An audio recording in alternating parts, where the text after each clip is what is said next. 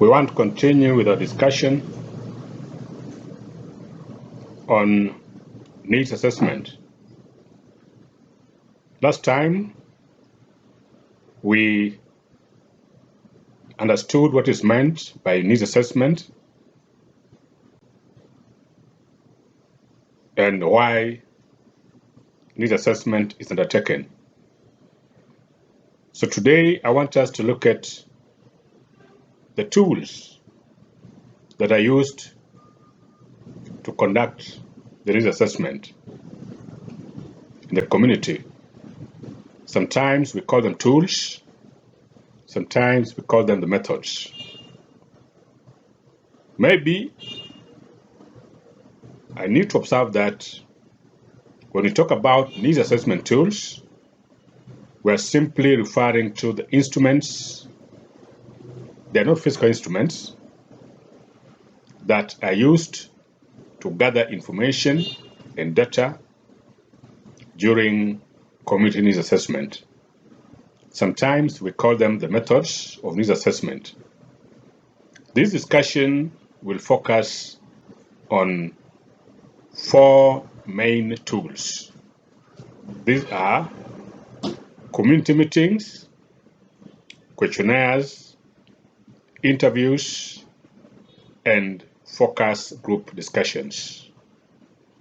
I want to reiterate that needs assessment tools are more than the 4 that we are going to discuss, but for our purposes, we shall restrict ourselves to the 4. So I want to welcome you all to our discussion on community needs assessment tools. One of the tools or methods that is used to assess the needs of the community is called community meeting. Of course, in plural, there are meetings. A community meeting is also sometimes called a public forum, and it is an informal gathering of members of the community to discuss issues, voice their concerns, and express their preferences on development projects that are to be initiated or that are ongoing, or various interventions that are ongoing or that are likely to be used to address their needs. The meetings are normally led by a facilitator who guides the discussions on issues at hand by creating an environment for broad participation of the attendees to the discussions. The facilitator also directs questions raised by participants to experts or authorities present for clarification and direction. Indeed, we need to point out that sometimes issues that are raised by members of the community might require expert interventions or expert interpretation, or some simply might require confirmation by authorities such as government representatives on the ground. So if such questions are raised by participants, it is the work of the facilitator of community meetings to direct them to the relevant persons for intervention. A locally or externally respected individual or a representative from a community organization is normally appointed to serve as a facilitator. This person could be a retired and respected civil servant, or it could be a serving professional that is still at work. It could be a government administrator. It could be a professional from the community that has wider respect within the community. Such a person can stand out well when facilitating such meetings. It is essential for organizers of community meetings to first define objectives of the meeting, train the facilitator about the issues being discussed or canvassed, then also identify appropriate venues, because sometimes the venue must be a place that is accessible, and again must mobilize resourceful participants using clearly defined criteria. There must be inclusion and exclusion criteria that are developed beforehand, which will guide in the selection of individuals that will go into these meetings. Because these are targeted meetings that seek to get important information that will help change agents or governmental authorities to discern and understand what exactly the needs of community are. So it is not any other person that comes on board, even though we call it an open forum. It's an open forum by name, but in actual sense, it's advisable that individuals with the knowledge and that are resourceful are the ones that are brought on board to help the identification of the needs. While still at community meeting as a method or as a tool of needs assessment, I want us now to examine some of the advantages of community meetings. One is that community meetings offer people from diverse backgrounds the opportunity to express their views about issues affecting them. One thing that comes out clearly during community meetings is that the people that are brought on board to be participants, they are normally drawn from different backgrounds. This background could be in terms of cultural background, educational background, economic background, different backgrounds in terms of political persuasion, and others. That diversity offers a very rich ground for which the conveners, although the team undertaking this assessment, can draw information that comes from different people. And that rich information can actually help in understanding the complexity of the needs that members of the community face. Number two is that needs community meeting permit participants to build upon one another's responses, thus making them important sources of valuable information to the needs assessment team. We need to notice that no one individual in the community knows everything. And therefore, because of that, the little that each person knows, they express them, their views, and such views others can build upon them, because no one individual might have deep and entire knowledge about what a given community is going through. So the contribution from different members helps in building up the information and data that is being obtained during this assessment. And that now, at the end of the day, may help in coming up with rich information due to the fact that people are able to build on the strengths and weaknesses of each other. Number three is that community meetings permit the collection of data from a large group of people at once, since what is required is a venue that accommodates the desired number of participants. We need to know that community meetings, people are allowed to attend, and therefore the mobilization of members that participate in these meetings goes far and wide. And so because of that, quite a large number of people attend. Because of that, it is possible for needs assessment team to gather information from a large group of people at once. This is unlike other methods, such as questionnaire, focus group discussion, and interviews, where you need several meetings and you need several engagements with from one individual to another for you to reach a large group of people. However, in community meetings, it is possible to gather a large group of people in a big venue and get information from them at once. The last advantage that we want to talk about regarding community meeting is that community meetings can also help project managers and change agents in identifying respected community leaders that may be involved in development projects. We noted at the initial stage, when we were looking at the goals or the purposes of needs assessment, that One of the main purposes is to build partnership between the change agents or government and project beneficiaries. Needs assessment therefore offers the assessment team the opportunity to identify individuals that can be of value to them moving forward. Such individuals might be utilized as resource persons or as mobilizers, or some can simply be useful in terms of working out the kind of logistics that are required to implement certain programs.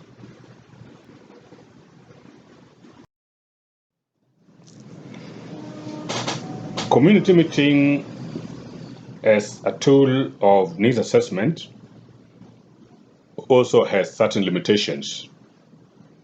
One is that it is difficult to maintain an open, comfortable, relaxed environment in community meetings. This is because sometimes it is difficult to control people. Like in this modern era of mobile phones, meetings could be going on.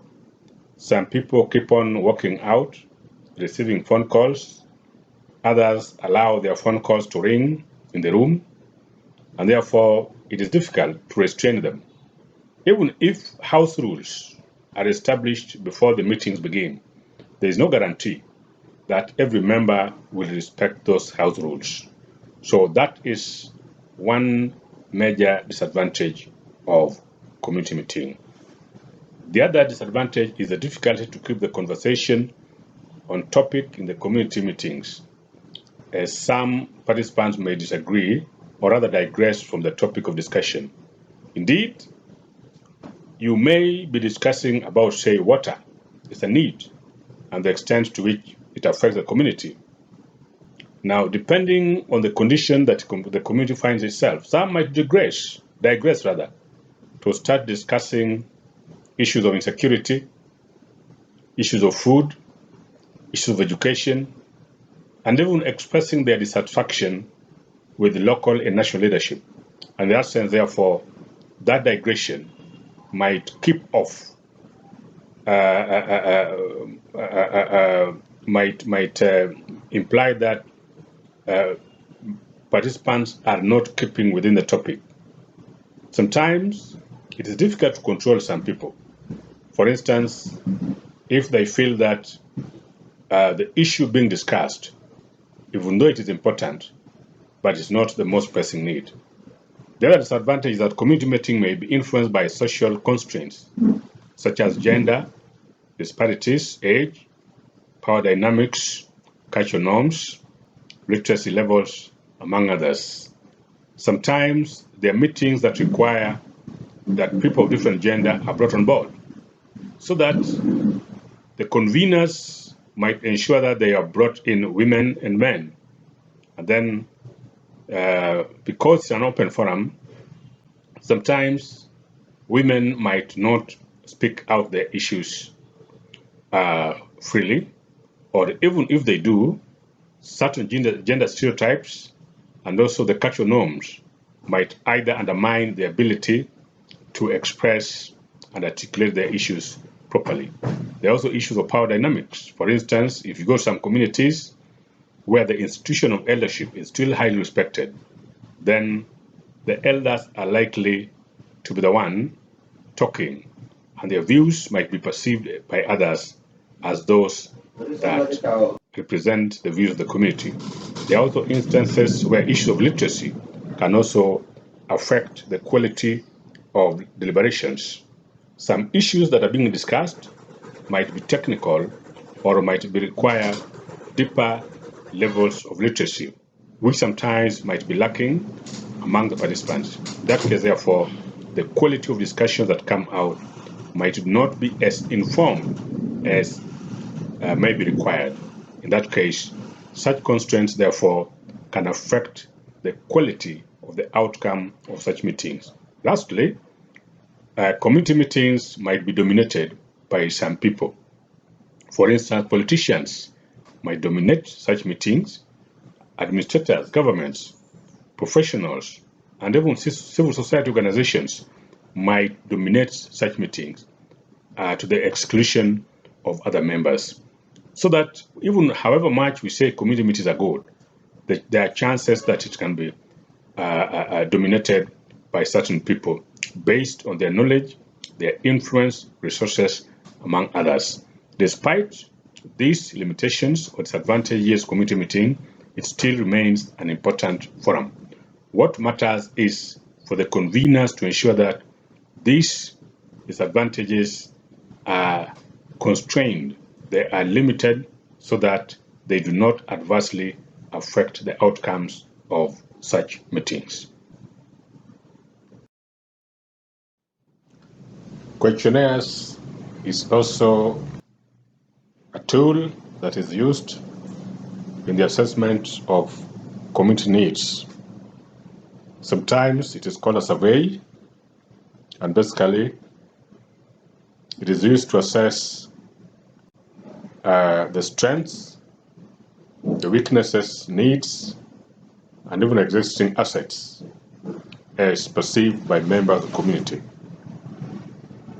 This instrument or this tool can be a general one or one that is targeted to a specific segment of a community, and it can also be delivered by email, by phone, or in person, that is the physical administration. They come in many forms, including those with multiple choice questions, where the respondent is required to only pick one choice that he or she considers as the most appropriate. It can also be in form of what we call matrix questions. Others could also be in form of open-ended questions. When it is open-ended questions, it means that the respondent is permitted to answer questions in their own words. That is, they are not restricted in the manner in which they respond to these questions. Open-ended questions are preferred, especially when the assessors want to collect information which is not quantifiable. In other words, data or information that cannot be reduced to numbers or percentages. In that sense, a questionnaire would be most preferred. So we are saying that this is also an important tool that assessment of community needs utilizes in order to collect data and information from the community. In a separate slide, I will share a slide on questionnaire and how questions are constructed, and therefore it will help the students to have a broader view about what a questionnaire as a tool of needs assessment or as a tool of data collection exactly looks like. A questionnaire, just like community meetings that we looked at earlier, also has certain advantages.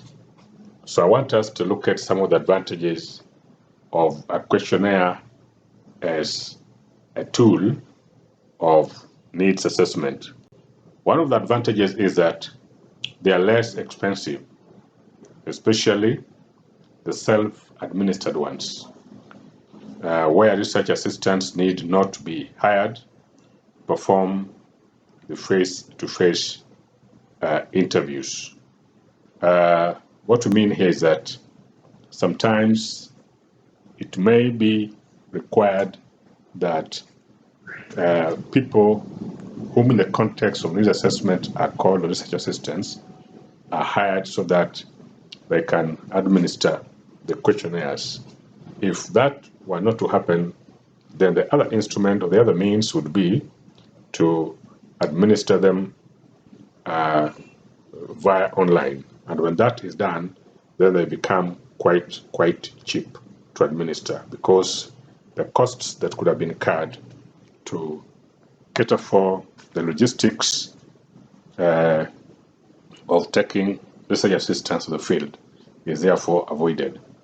Questionnaire surveys also permit collection of data from a large audience, especially if it is administered through online, where a researcher only provides the online link to the respondents. That is, once you have a list of respondents and their email addresses or online link, what matters is the researcher or the assessor only share that link to those groups. They will respond to the questions and then again return them once they have completed them again via the same link.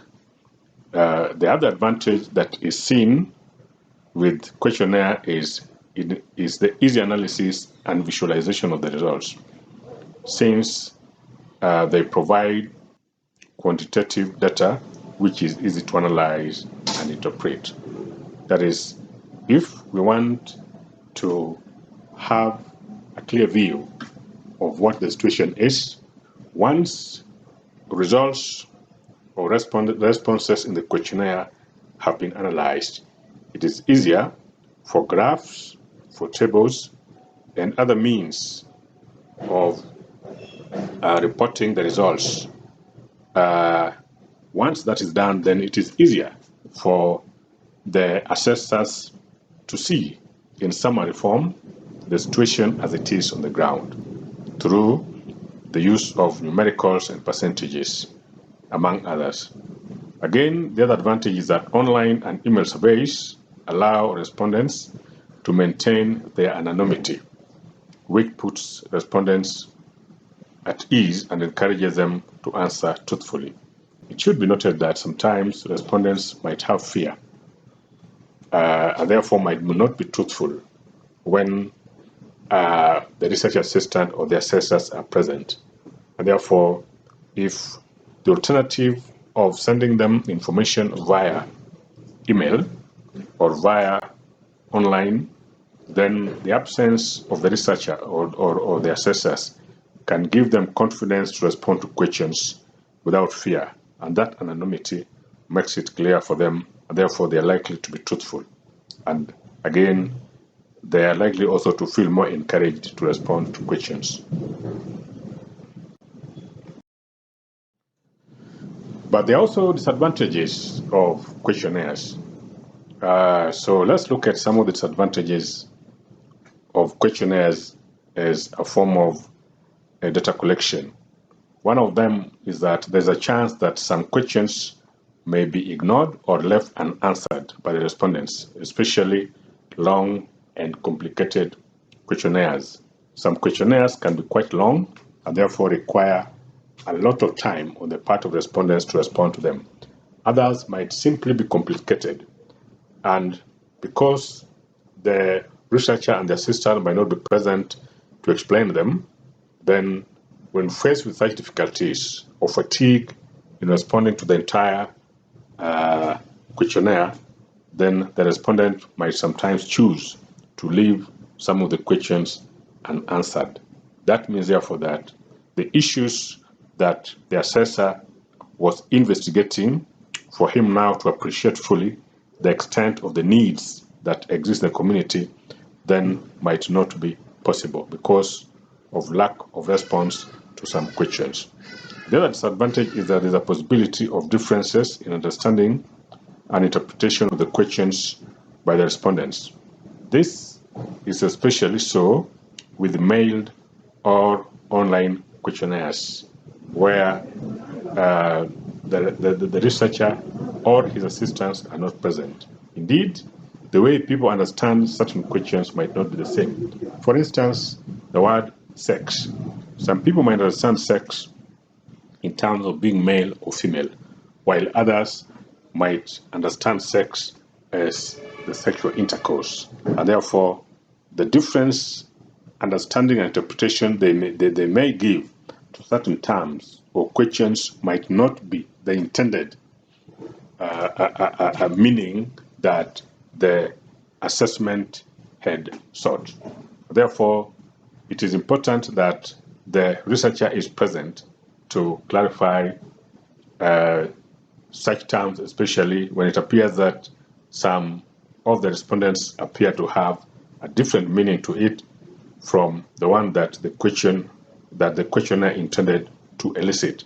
Again, the other disadvantage that some respondents may have a hidden agenda, which may lead to provision of dishonest responses, thus inaccurate results. We know, for instance, that the absence of a researcher might actually make some respondents have a sinister motive or completely fail to take the needs assessment seriously, and therefore might opt to mislead the assessors by providing responses that are not accurate.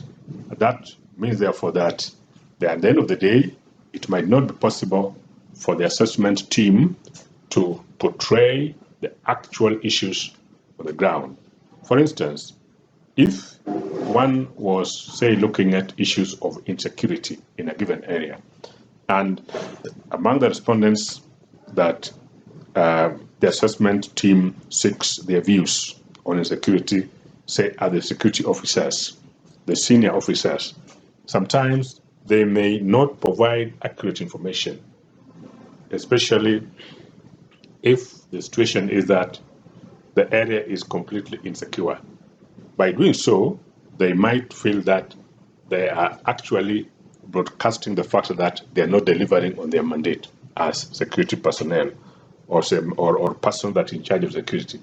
So they might create a rosy picture about what is happening on the ground, yet in actual sense, that might not be what it is. In that case, therefore, sometimes questionnaires can lead to the generation of information that is not accurate.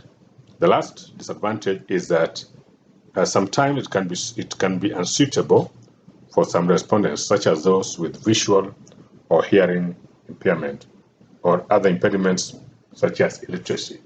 Because literacy levels are required and writing is required, then if there are respondents that do not have that kind of ability to read or to visually see the questions and the issues that are being interrogated, then again, that can create problem, and therefore that can serve as one of the limitations of questionnaires as a tool of community needs assessment. Another needs assessment tool is called interviews. An interview is generally a conversation between two or more people where questions are asked by the interviewer to elicit facts or statements from the interviewee, and can be structured, semi-structured, and unstructured. In other words, when you talk of an interview, it is simply a conversation. In this case, a conversation between the needs assessment team and members of the community whose needs are being assessed.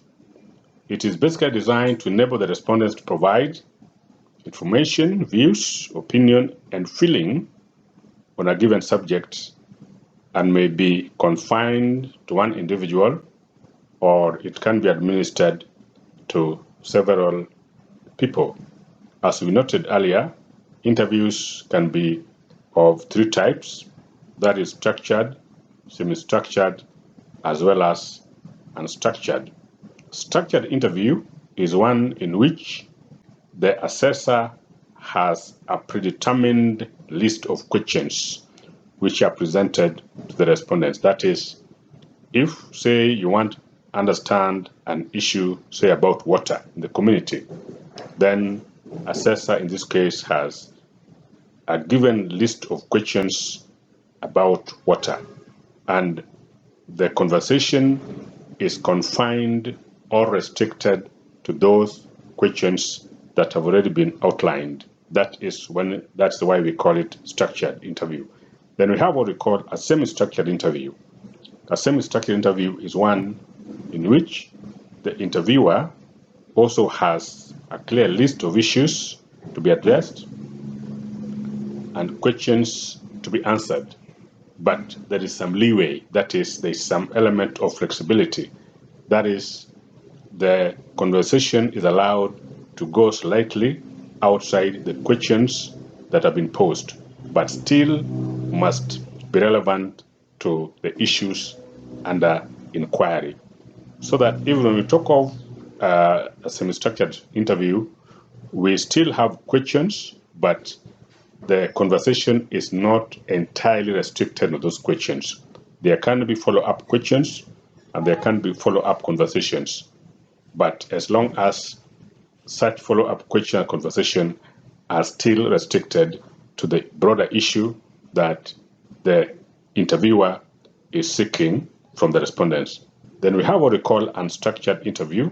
This is one in which the interviewee is given the latitude to develop his or her ideas and speak more widely on the issues raised by the interviewer. In other words, if say we want to talk about water, when it comes to this, the interviewer does not have any question at all, but they start conversation generally around issues of water. Then it is up to the respondent to see what to say about water, and where the interviewer feels that certain information is required, then he or she can pose questions and then get the responses. Otherwise, the respondent has a free will to respond to issues within that subject without any specific direction from the interviewer. That's why we call it unstructured. That is, there is no clear list of questions that are being adopted, but the conversation is within the topic of discussion. What then are some of the advantages of interview as a tool of community needs assessment? One is that it allows the assessors to gain valuable insight based on the depth of the information gathered and the knowledge of the key informants. That is, when an interview is used, it is possible that the interviewer will get a lot of insight about the issues that are being interrogated. Unlike other instruments that do not permit deeper discussions into the issues and the interrogation, an interview allows that, and therefore it is possible for the interviewer to get a lot of information and a greater knowledge of issues that are being inquired. Again, it is also flexible as a method of data collection, and this allows adjustment to the line of inquiry during interviews to suit the assessment objectives. In other words, even as we talk of, say, structured interview, there is still room for the conversation to digress a bit, as long as such digression is still, in a way, enriching the conversation and therefore deepening the knowledge of the interviewer of the issues that are being interrogated.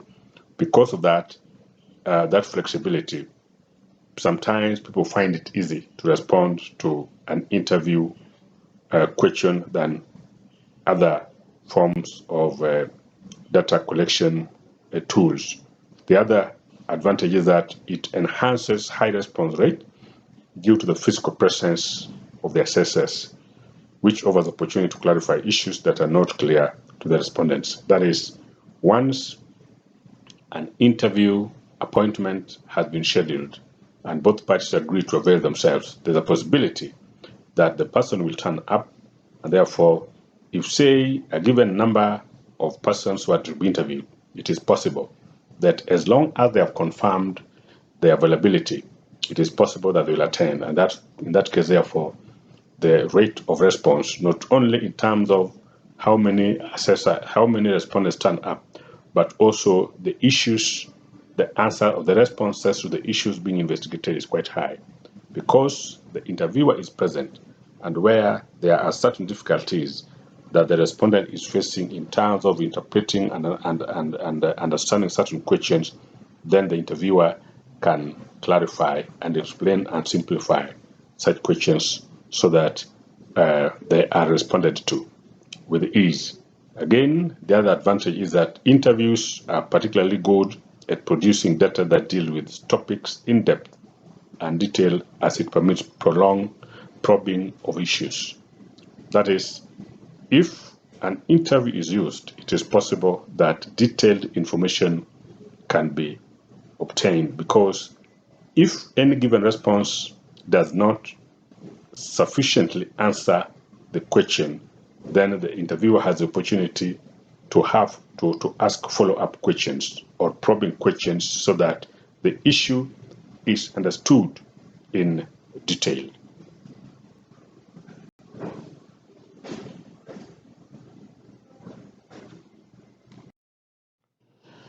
But of course, like other instruments that we have seen, an interview also has certain drawbacks. One of them is that preparation for fieldwork, training research assistants, and securing appointments with key informants may be time-consuming.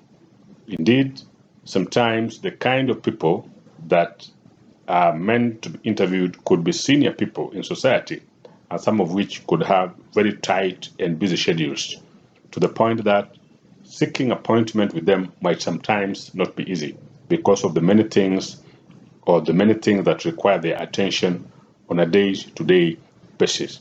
So basically, it is quite time consuming because an interviewer must be personally present in the field, and sometimes the distances to be covered from one respondent to another might also be long, and in the process, securing or preparing for fieldwork to reach all these people indeed might require a lot of time. The other disadvantage is that this method of assessment is not suitable for studies where a large number of respondents need to be engaged.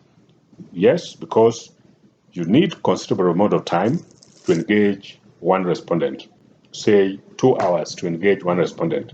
That means that for one, say, to engage about say 100 respondents, and if in each respondent you need 2 hours, then it means that you'll need a total of 200 hours for you to cover that entire population.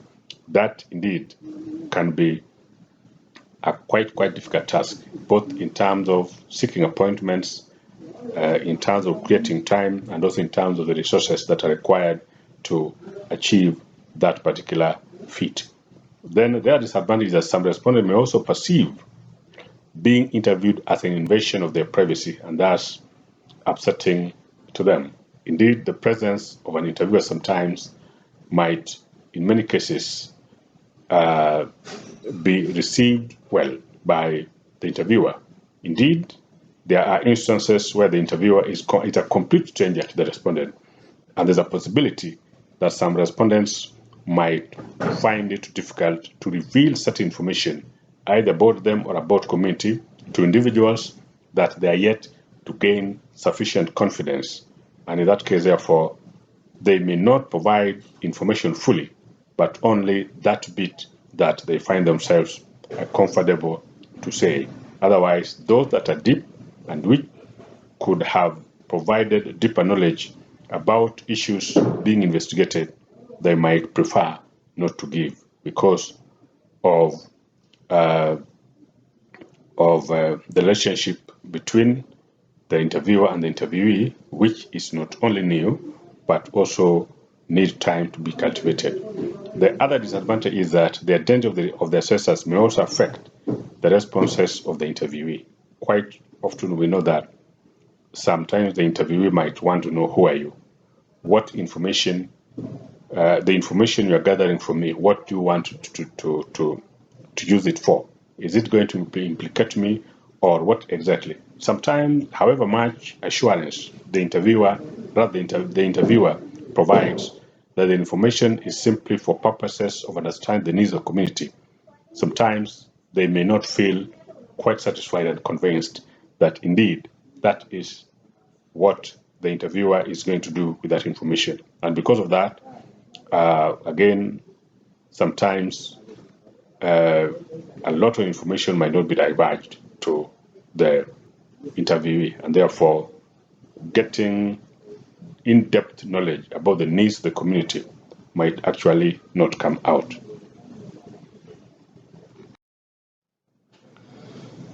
The other needs assessment tool is called focus group discussion.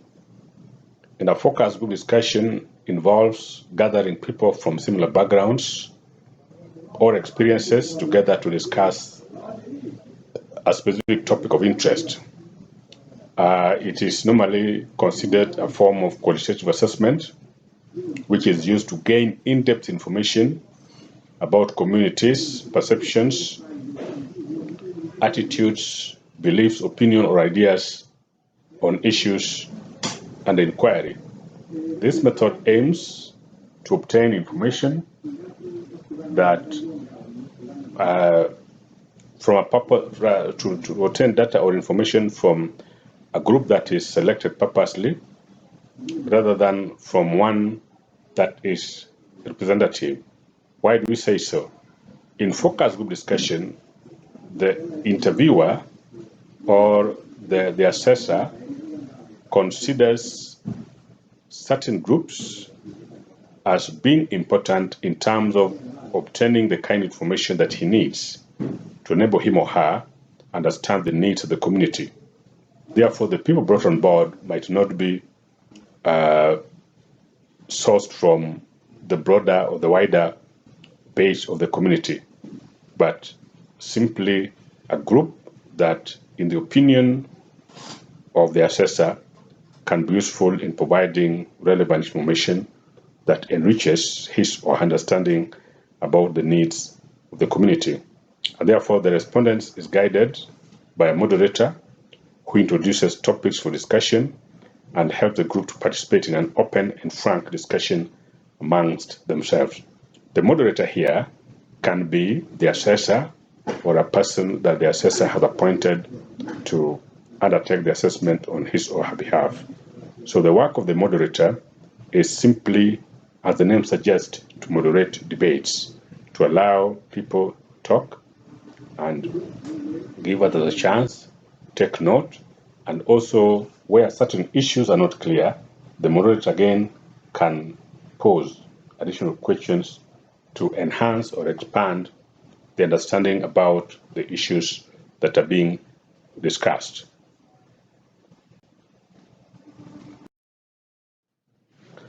Focus group discussion has certain advantages, just like the other tools. So I want us to look at the advantages of focus group discussion. One is that it is fairly easy to assemble and engage due to heterogeneity of the respondents.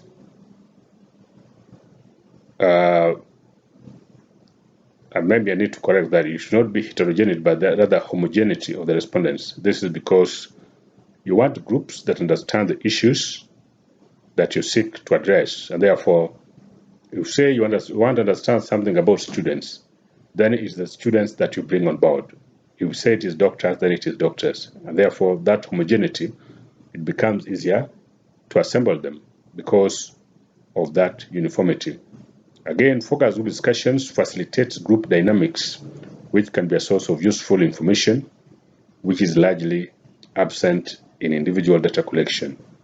Group dynamics is a topic of its own, but what we are saying here is that some focus group discussion might have structures within them that can be exploited by the researcher or by the assessor to gain greater insight into the issues that are being discussed. For instance, if say someone seeks to understand certain information about doctors or health, then and you assemble doctors, even though they're all doctors per se, but they may also be doctors of different specialties. And because of the varied specialization, it is easier for these specialists to provide different perspectives to the issue, and that one can enhance and enlighten the interviewer about the issues that are being investigated. The other advantage is that focus group discussions are useful when the assessor wishes to gain insight of issues that are not easily quantifiable. Indeed, focus group discussion is a qualitative method of data collection. So if you want issues broadly and described in detail, then the best method that would be used is focus group discussion. Third, or rather fourth, is that focus group discussions are suitable for collecting data from illiterate populations, since ability to read and write are not properties, or rather are not prerequisites for participation in this. As we noted, with an instrument such as questionnaire, where ability to read and write becomes important, focus group discussion does not require that. And therefore, if you want information from groups that do not have the ability to read and write, then the best approach to employ would be focus group discussions. Let's also look at some of the disadvantages of focus group discussions. One is that facilitators can be susceptible to bias, especially towards participants who are very active and appear knowledgeable about the topic of discussion than others. Sometimes this bias might not be predetermined or premeditated, but it is a product of the way the responses respond to issues. Indeed, naturally, people would wish to engage individuals that appear to be more active, and those that are open to other people's ideas, and also those that appear to have deeper knowledge of issues that are of interest to the assessment team. So that can be a disadvantage. The other disadvantage is that discussions can be dominated or sidetracked by a few individuals at the exclusion of others due to their overbearing and domineering personality. Indeed, we know that some people have tend to dominate discussions and would always want to be heard wherever they are gathered. People are gathered to speak about certain issues. So, possibility of certain individuals appearing to dominate the discussions is quite high. The other disadvantage of focus group discussion is that data generated from focus group discussion is largely qualitative, which is not only difficult to analyze, but also time-consuming. Analyzing data generated from focus group discussion can be time-consuming. And even though currently we have data analysis softwares that can be used to analyze qualitative data, it is still a fairly difficult task compared to quantitative data. The last disadvantage is that the information may not represent the whole community, since participants are likely to be homogeneous, thus representing just a sector of the community. This is quite true. For instance, if we want to discuss about issues of health, while doctors might appear to understand issues of health, but health also has other dimensions. They have economic dimensions, they have social dimensions, they have even political dimensions, and therefore the absence of other players might not provide a complete picture about health issues.